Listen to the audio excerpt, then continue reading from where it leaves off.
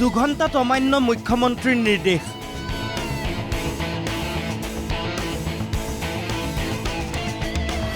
মুখ্যমন্ত্ৰী হিমন্ত বিশ্ব শৰ্মাক চৰম অপমান।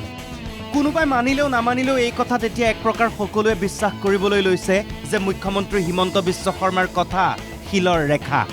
যি কৰিম বুলি কয় কৰেই, যি ভাবে সেয়া হয়েই। অসমৰ জনতায়ো হিয়া উজাৰি মৰম সঁহাৰি দিয়ে তেওঁক। আনটো বাদেই মিয়া মহিলায়ো তেওঁক মৰম কৰে, চুমা খায়। সেই কথা তেওঁ নিজেই কৈছে। সেইজন আদৰৰ মুখ্যমন্ত্ৰীৰ আহ্বান নিৰ্দেশনা আছিল দেওবাৰে। সিদ্ধান্ত লৈছোঁ যে শিক্ষানুষ্ঠানসমূহ গোটেই দিনটোৱে বন্ধ থাকিব। শিক্ষানুষ্ঠানসমূহত অৰ্ধছুটি নহয়, শিক্ষানুষ্ঠানসমূহ সমগ্ৰ দিনটোৰ বাবে বন্ধ থাকিব। আমাৰ ব্যৱসায়িক প্ৰতিষ্ঠানসমূহকো আহ্বান জনাম যে যিটো মুহূৰ্তত ৰামলালাৰ প্ৰাণ প্ৰতিষ্ঠা হৈ থাকিব, সেই মুহূৰ্তখিনিত দোকান পোহাৰো যদি আমি বন্ধ কৰিব পাৰোঁ, তেতিয়াহ'লে তাৰ কৰ্মচাৰীসকলেও ৰামলালা মন্দিৰৰ প্ৰাণ প্ৰতিষ্ঠা উৎসৱ চাব পাৰিব। এয়া সোমবাৰ ৰাম মন্দিৰৰ প্ৰাণ প্ৰতিষ্ঠাৰ বাবে চৰকাৰী বেচৰকাৰী কাৰ্যালয় অৰ্ধছুটি ঘোষণা কৰিছিল মুখ্যমন্ত্ৰীয়ে। কিন্তু বটদ্ৰৱা আৰু দলংঘাট উন্নয়ন খণ্ডৰ বিভিন্ন পঞ্চায়ত কাৰ্যালয় খোলা।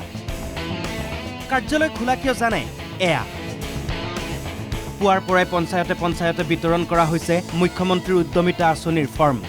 চাকি বন্তি জ্বলাবলৈ এৰি ভিৰ লাখপতি হ'বলৈ বিচৰা মহিলাৰ। উপায় নাই কৰ্মচাৰীৰ। 6:30 বজাত অনুষ্ঠান প্ৰতিষ্ঠান বন্ধ ৰাখিব লাগে বুলি মোবাইলত নিৰ্দেশ। 8:44 প্ৰপত্ৰ বিতৰণৰ ঘোষণা। এয়াও চৰকাৰী নিৰ্দেশনা। আমি কি কৰিম? অৰ্ধছুটি ঘোষণা কৰিছিল চৰকাৰে। এইটো আকৌ চৰকাৰে বান্ধি দিয়া আঁচনিটো আমি দিবই লাগিব। উপায় নাই, কাৰণ খণ্ড উন্নয়ন বিষয়াৰ কাৰ্যালয়ৰ নিৰ্দেশ। প্ৰপত্ৰ বিতৰণ কৰিবলগীয়া আছিল 21 জানুৱাৰীত। সেই নিৰ্দেশনা বাতিল কৰি 22 জানুৱাৰীত বিতৰণ। এই যিটো 10,000 টকীয়া ফৰ্মটো দিছে যে মহিলাসকলৰ গোটৰ, সেই প্ৰগ্ৰামটো আমাৰ যোৱাকালি চেঞ্জ কৰি আমাৰ বটদ্ৰৱা উন্নয়নখনৰ পৰা আজি দিবৰ কাৰণে নিৰ্দেশ দিছে।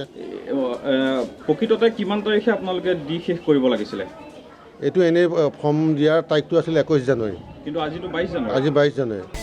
চালেবেৰে কোবাই পঞ্চায়ত সভানেত্ৰীয়ে ক'লে কাৰ্যালয় খোলা নাই, ফৰ্মহে দিয়া হৈছে। অফিচ খোলা নহয়, এইটো আমাৰ ফৰ্মখিনি দিবৰ কাৰণে ইয়াতে ব্যৱস্থা কৰা হৈছে। কৰ্মচাৰীয়েও কৈছে মুখ্যমন্ত্ৰীৰ নিৰ্দেশ অৱমাননা কেনেকৈ, তেওঁ দিয়া ফৰ্মেই বিতৰণ কৰি আছো। নহয়, সেইটো নহয়, তেখেতৰ নিৰ্দেশনা কিয় পালন নকৰিম? আমিতো তেখেতৰ আঁচনি কামেই কৰিছোঁ, আমিতো বেলেগ কাম কৰা নাই। কি কৰে কৰক। প্ৰতিক্ৰিয়া সাংসদ গৌৰৱ গগৈৰ ৰাহুল গান্ধী বটদ্ৰৱালৈ যোৱাৰ কথা আছিল।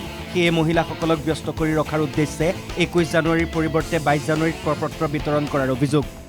আজি আমাৰ মহিলাখিনিক আজি বিশেষভাৱে বৰদোৱাত, য'ত আমাৰ তেওঁলোকে ভাবিছিল যে সম্ভৱ ৰাহুল গান্ধী ডাঙৰীয়া আহিব পাৰে, সেইখিনিও মহিলা যে আহিব নোৱাৰে, তেওঁলোকে প্ৰশাসনে নিজৰে চৰকাৰৰ নিৰ্দেশ তেওঁলোকে উলংঘ কৰিছে। এই কথা শুনি আপোনালোকে ভাবিছে হ'বও পাৰে ৰাহুল গান্ধীক লগ নাপাওক বুলিয়ে মহিলাসকলক ব্যস্ত কৰাৰ কৌশল চৰকাৰৰ। কিন্তু এইটোও ভাবিব, ফৰ্ম ল'বলৈ গৈ এওঁলোকে ৰাম মন্দিৰৰ প্ৰাণ প্ৰতিষ্ঠাও কিন্তু নেদেখিলে। ধিঙৰ পৰা দীপজ্যোতি কাকতি, NKTV+।